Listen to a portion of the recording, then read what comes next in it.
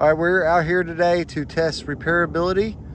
Claim number is 1171K480R at 4232 Viewpoint Lane in Decatur. It is 4:30 p.m. The date is 1/30/25. It's 64 degrees outside, and we are going to use the National Academy of Forensic Engineering standards to attempt this repair.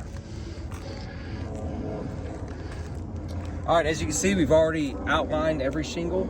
This is the shingle that has been identified as a windblown shingle by the insurance company to be repaired. We've outlined that shingle, and every nail, the green represents where nails could be. All right, and we've also identified every shingle that is in near or touching the shingle with a number 1 through 14 that could potentially be affected by this repair attempt. So first thing I'm going to do is identify where the nails are holding this shingle down. First thing I'm going to do is I'm going to lift up shingle 11, shingle 7 to find the nails that are holding it down. All right, identified one nail here. Identified another nail here. I've identified a nail here and another nail here. So now what I need to do is I need to go up underneath this shingle in order to break this nail free. All right, so first thing I'm gonna do is go up underneath here. I'm gonna lift this shingle up ever so slightly so I can see where I'm at. And as you can see, I've stopped directly against the nail. So now now I have to pry this up in order to get that nail out. In order to pry it up, I'm gonna hope and pray that it doesn't rip the shingle trying to. All right, Cliff, come over here. You can get on the other side of me and zoom in on this. Mm-hmm. Now, as you can see, I'm up against the nail. You can hear it hitting it. And as I pry and try to work that nail free, you can see the shingle just ripped. All right, you can zoom in on here. You can see where the brittleness of this roof and of that shingle. I'm still I gotta keep hitting it until I can get it. There we go. I was able to get it free. All right, there's one nail out. Identify another nail here. All right, I gotta break this shingle free in order to get to it. I'm lifting the shingles up no more than 45 degrees. And as you can see, this claw has to go around that nail. That nail is nailed flush against the surface. So as I come up underneath here and attempt to get that nail up, you can see it's already ripping. There, I was able to get it out, but as you can see, now it pulled. You can zoom in on that, Cliff. You can see it pulled through, and I gotta pull that nail out. So it ripped a hole in the shingle, attempting to get the nail out. That's the second failure point. Nail pull and a nail pull, showing the brittleness of these shingles. All right, here's another nail. And again, to break this free, I gotta come underneath it, go up against the nail, and attempt to pull it out. And the exact same thing again. And as you can see, it pulled the nail directly through the shingle. So now I have a gaping hole where the nail used to be. All right, come over here and identify another nail. Do the exact same thing. Put the shingle up so I can see what I'm doing. I'm gonna work it. Oh, there we go. I was able to get one nail out without ripping and tearing, but I've already damaged the shingle enough to where it shows the repairability. Now my next move is to identify where it's nailed on the top row. So I do come up underneath shingle 6, break it free to where I can identify where it's nailed. So I have a nail right here. Come up underneath here, and I was able to bust that one free without tearing it too much. Not too bad. There's another nail right here, and there you go. There's another one. So that is shingle 7. It just got damaged from trying to remove. You can see right here, trying to remove a nail. All right, there's another nail here. Again, I'm gonna go up underneath it. Oh, and I was able to get this one. Not too much trouble. I have another one here. Go up underneath again. All right, this shingle right here. Okay, make sure it's broken free. Lift up, and you can see this one's already ripping immediately. I was able to get it, but it did rip. All right, this shingle did tear as well. You can see that it's hard to tell, but you can see where it did tear trying to get this nail out. Okay, so now this shingle should be loose. Slide it the rest of the way out. And as you can see, this shingle was properly installed. We have nails at the glue line and nails above where it was nailed. So there's plenty of nails in the shingle, but you can see here better where these shingles were damaged. This shingle was damaged trying to remove it. So we're out here to assess repairability. So in order to do that, I need to put a shingle back in. So I'm gonna take this exact same shingle. It's gonna represent a brand new one. I'm gonna slide it into place and then re-nail it back in. Just as if it were a brand new shingle. So I'm gonna put it into place. All right, once I got it into place, we're gonna use the roof snake. Now this roof snake has a groove right here to where I can take a nail, stick it in, and place it where I need it. All right, since this ripped and tore and was damaged, I'm gonna set it to the side so it actually do something as far as holding it in. And then I have to hit this in order to drive that nail in. All right. And with those 3 strikes, you can see how much granule just fell off this roof.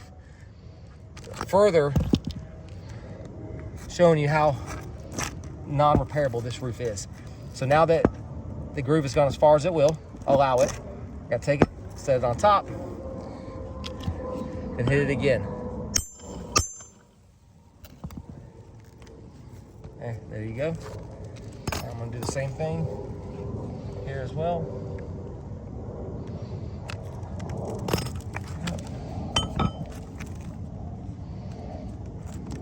Move the nail over to the side. Slide it in the groove.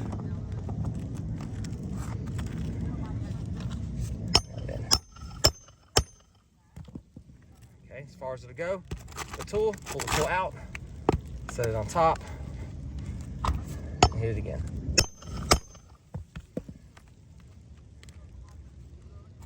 Nicely driven.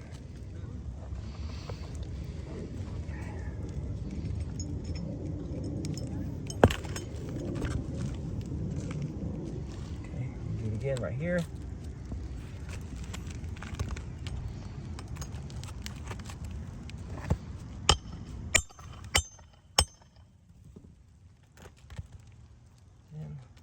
All right, Cliff. This is the problem with the roof snake. Sometimes, even though it's a brand new nail, you can see how that nail bent and went crooked. Now that no longer, I can drive this nail flush at this point.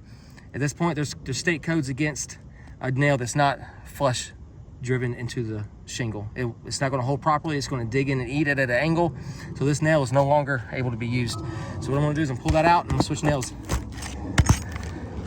And you'll be able to look at that nail closer and see the twist and bend in that nail. I'm gonna grab another new nail and attempt to do it again. See the brand new nail. Slide it into the groove it's supposed to go in, and I'm gonna try to do it again. Hold it in place.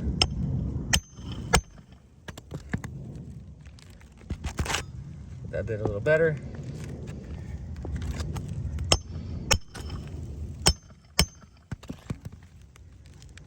All right, now that nail's flushly driven. Okay, now I need to replace the top row nails. Same process again. Take a new nail. Slide into the groove. Come right here. And we'll drive it in.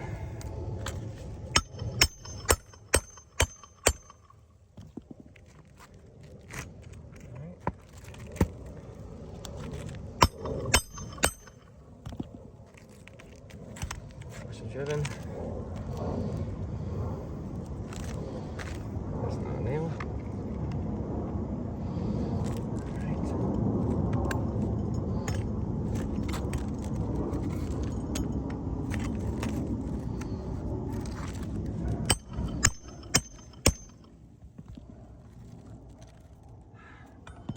You show that, Cliff. The nail slid out of the roof snake which is a common problem with this tool. So now I gotta pull it out, grab a new nail. You see now that one's bent. Do it again.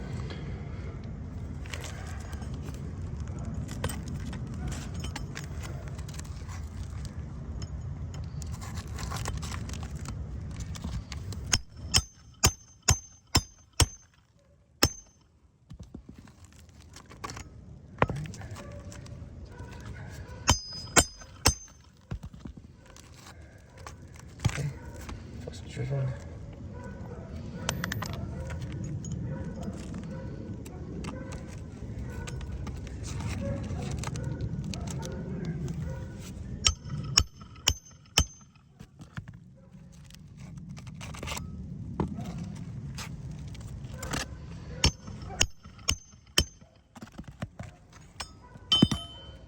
Okay, that completes the install of the shingle. So now what we're going to do, first thing I want to see is how much granule we lost from that repair attempt. And a good way of showing that is by looking right here at the edge of my pitch hopper. So if you zoom in right here, as I move this, you can see how much granule was collected from this process. Look at all that. That was a direct result of attempting to repair this roof. Granule is not cosmetic. Granule is a functional part of this shingle. It protects the asphalt from getting baked out by the sun. Once these granules are missing, these shingles are no longer working like they should. You can see how it builds up right here, just from this repair and this repair alone. None of that was there before we started. That's another indicator that this roof is non-repairable. So one thing we're going to look at right here, I'm going to go ahead and mark it as we go. We have ripping and tearing that we are going to talk about right here. We'll go ahead and mark it out. Damaged area. And we're going to look at how much granule loss from these shingles. So as you see right here, all of this black spot, these black areas right here, that's where the granules came from. And that's from manipulating these shingles up and down. All right, so I'm gonna go ahead and indicate this. All right, and here's more as well. Go ahead and indicate that granule loss has been a failure point. Not to mention, when we went to pull these shingles loose, it ripped and tore holes in additional shingles. This one right here, very obvious. Now you have a huge gaping hole in a shingle that never was damaged before we attempted this repair. And you can see right along in here, all this damage. And as I just touch it, barely the amount of granule that's fallen off from attempting to manipulate these shingles. Further indicating how much granule loss this repair caused to this roof on all of these shingles. So this is going to be indicated as a failed repair attempt. This roof is no longer in a repairable condition. Anything you want to add, Cliff? Nope, I think we're good. All right, set it down.